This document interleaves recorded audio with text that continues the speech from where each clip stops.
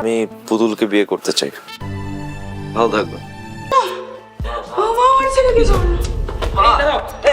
আসসালামু আলাইকুম প্রিয় দর্শক, আশা করি সবাই ভালো আছেন।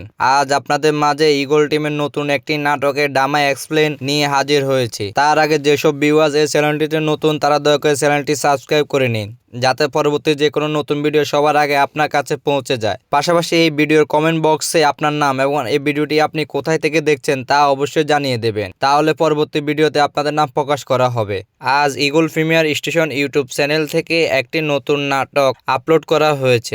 নাটকটির নাম পুতুল বউ। তো ভিউয়ার্স, নাটকের শুরুতে আমরা দেখেছি পুতুলের বাড়িতে শহর থেকে তার চাচা বেড়াতে এসেছে এবং তার চাচা চাচি চাচাতো বোন সবাই আগে এসে পৌঁছেছে এবং তার চাচাতো ভাই আসতে একটু লেট হয়েছে। পরে পুতুলের বাবা পুতুলকে তার চাচাতো ভাইকে গ্রাম থেকে নিয়ে আসার জন্য বলে। সেখানে গিয়ে তার চাচাতো ভাই তাকে পছন্দ করে ফেলে এবং বাড়িতে এসে তাকে বিয়ে করার প্রস্তাব জানায়। এই কথা শোনার পর পুতুলের চাচি এবং তার চাচাতো বোন খুব রাগ করে এবং সে সেখান থেকে চলে আসার জন্য কথা বলে। কিন্তু নায়ক তাকে সরাসরি বলে দেয় যে বিয়ে করলে সে পুতুলকে বিয়ে করে গ্রাম থেকে শহরে নিয়ে যাবে।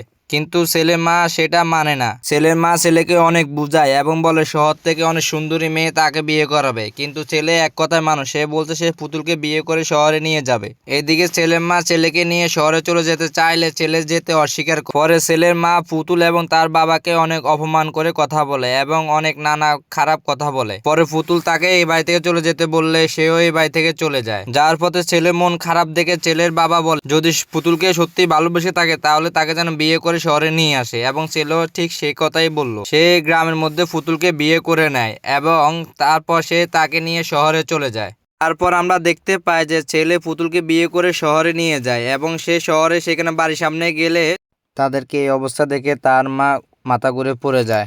তো ভিউয়ার্স, ইগল টিমের নতুন এই নাটক পুতুল বউয়ের এপিসোডগুলো খুবই সুন্দর এবং চমৎকার হতে চলেছে। আশা করা যাচ্ছে পুতুল বউ নাটকের 2য় নম্বর পর্ব খুব তাড়াতাড়ি প্রকাশিত হতে চলেছে। সো ভিউয়ার্স, ভিডিওটি কেমন লেগেছে তা অবশ্যই কমেন্টের মাধ্যমে জানিয়ে দেবেন। ধন্যবাদ।